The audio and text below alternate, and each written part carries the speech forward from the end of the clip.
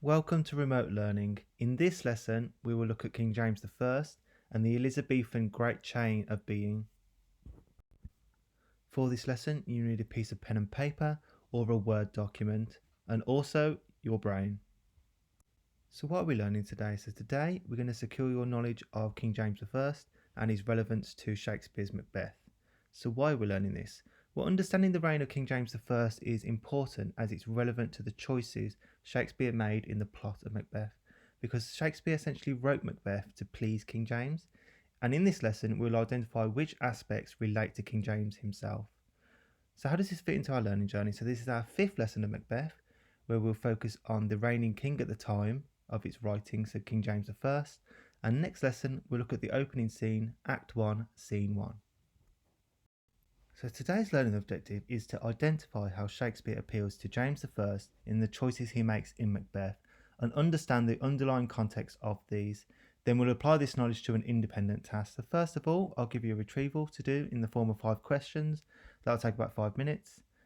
Then I'll give you a new term that is key to the context of Macbeth. Then for the student-led part of the lesson, I'll discuss James I and the Great Chain of Being and how Shakespeare used these in the play of Macbeth. And for the student-led part, I'll send you away to complete a task that will secure your knowledge of today's lesson. Okay guys, so I've got 5 questions for you. On a piece of paper or a Word document, can you answer them in full sentences for me please? Please spend no more than about 5 minutes on these and pause the video here until you are ready. Okay guys, let's go through some answers. So number 1, who is Banquo? So Banquo is actually Macbeth's best friend. He's a loyal character, and this is the trait that essentially leads him to his death, as Macbeth feels threatened by the witch's prediction about him. So this leads us to question 2. So what do the witches predict about Banquo? So the witches actually predict that Banquo's descendants will become kings. So descendant is essentially anyone that comes after you, so your children and your children's children and so on. Okay, question 3. Who appointed Macbeth the Thane of Cawdor? So Macbeth is actually appointed Thane of Cawdor by King Duncan. And remember, a Thane is equivalent to a lord, and Cawdor is a village in Scotland. So question 4, guys, a bit of a challenging one for you. So what is Macduff's title? So Macduff's title actually is Thane of Fife, okay? And Fife is a county of Scotland. And his title is actually similar to Macbeth, as is his name, as here Shakespeare is setting up a rivalry between him and Macduff. Okay, so last one guys, question 5. What happened to Macduff's family? So Macbeth actually orders the murder of Macduff's wife and children. This act not only shows how evil Macbeth has become, but it also triggers Lady Macbeth's overwhelming guilt, which leads to her death. Okay guys, so on a Word document or piece of paper, could you write this key term and definition for me? So the Jacobean era was a period in English history that coincides with the reign of James I from 1603 to 1625. So this era preceded the Elizabethan era, where Queen Elizabeth I sat the throne of England. So we call it the Jacobean era, not the Jamesian era, because Jacobus is the Latin version of the name James, and this is the choice that historians made to name this era. So before we speak about James I, I think it's important that we speak about the previous monarch on the throne before him. So James I inherited the English throne from his relation Queen Elizabeth I, who is praised as a great monarch. So she's said to be very clever and well respected, and people often said that her greatest ability was being able to inspire fear and love in her subjects at the same time. So this is actually a good quality for a ruler to have of a country. So courtiers, meaning advisors or companions to the queen, and also poets, wrote her flattering verses and extravagant compliments to her grace, beauty, and power. So as Elizabeth had no children to pass her crown to, James I, or James VI of Scotland, inherited her crown as his own mother, so Mary Queen of Scots, the next possible heir to the throne, had been executed by Elizabeth in 1587 for treason. Okay guys, so James I, or James VI of Scotland, was born in Edinburgh, which is in Scotland, on June the 19th, 1566, and died in London on March the 27th, 1625. So he was the son of Mary Queen of Scots and succeeded Elizabeth I in becoming King of England in 1603. So he was fascinated by and actually terrified by witchcraft.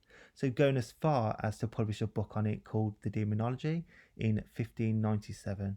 So a book that actually tried to convince skeptics or people that didn't believe that witchcraft was real. So James I is actually most famous for being the king that a group of Catholic rebels wanted to kill. So this was in a failed attempt to blow up Parliament in 1605, and this event is known as the Gunpowder Plot. So the plot ultimately failed, and it seems that this is one of Shakespeare's agendas in Macbeth. So he wants to show what would happen to people if they tried or succeeded in killing a king. Okay guys, let's look at a brief timeline for James I. So the first event of note is in 1558, and this was when Elizabeth I became Queen of England. Then in 1563, Acts of Parliament criminalised witchcraft in both England and Scotland. Then in 1566, James was born. Then a year later, 1567, Mary Queen of Scots is forced to abdicate or give up a crown, and baby James becomes King of Scotland. Then in 1578, James assumes full authority as King of Scotland, as before he was so young that people around him had to make decisions a king should. Then in 1587, James' mother, Mary Queen of Scots, is executed for treason by Elizabeth I. Then in 1591 was known as the year where the first wave of severe witch persecution took place. Then in 1596, there was a second wave of witch persecution. Then, as I mentioned before, in this year, James published this book called The Demonology in Edinburgh. Then in 1603, Elizabeth died and effectively made James King of England. And this same year, he published The Demonology in London. And then in 1625, James died.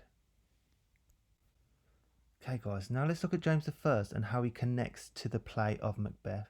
So apart from reigning towards the latter half of Shakespeare's life, a key thing you should know about James I is that he was interested in the supernatural and believed in witches, and this is one way Macbeth would have pleased him. And it's also evident in the choice of the Scottish setting. So remember, James I was also James VI of Scotland, and as I've said before, the inclusion of witchcraft is quite important to James I. So a key thing I've mentioned before, guys, is that Macbeth also promotes the idea that killing the king will upset the structure laid out in the great chain of being. So it's important that Shakespeare presents a negative consequence towards committing this sort of act. So otherwise the audience might have been tempted to do the same thing, especially if you consider those who took part in the Gunpowder Plot.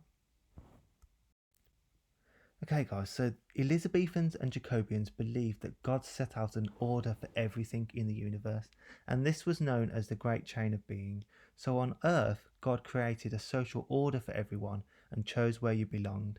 So in other words, the king or queen was in charge because God put them there, and they were also only answerable to God. So this was known as the divine rights of kings, and this meant that disobeying the monarch was a sin, and this was handy for keeping people in their place. So it also led to the idea that if the wrong person was monarch, everything would go wrong for the country, including whether the crops would be good or if animals behaved as they should.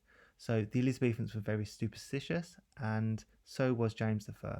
So let's look at the Great Chain of Being itself. So at the bottom we have non-living things, and these are essentially rocks or other minerals. Then we have plants. Then we have animals. Then we have commoners, so people below the king or queen. Then we have king or queens, angels, and then at the top we have God. So now I've attached a Microsoft form to this video. If you cannot access this, please let your teacher know. So the first thing I want you to do is complete the questions and secure your knowledge of the Great Chain of Being, and then complete the fields that will ask you questions regarding James I. So don't forget you can use Google to help you, but please do not copy and paste. I'll give you the rest of this lesson to complete this. Off you go. So please ensure that your work is saved and emailed to your English teacher where possible. If you are writing on paper, please keep these stored for when you return to school.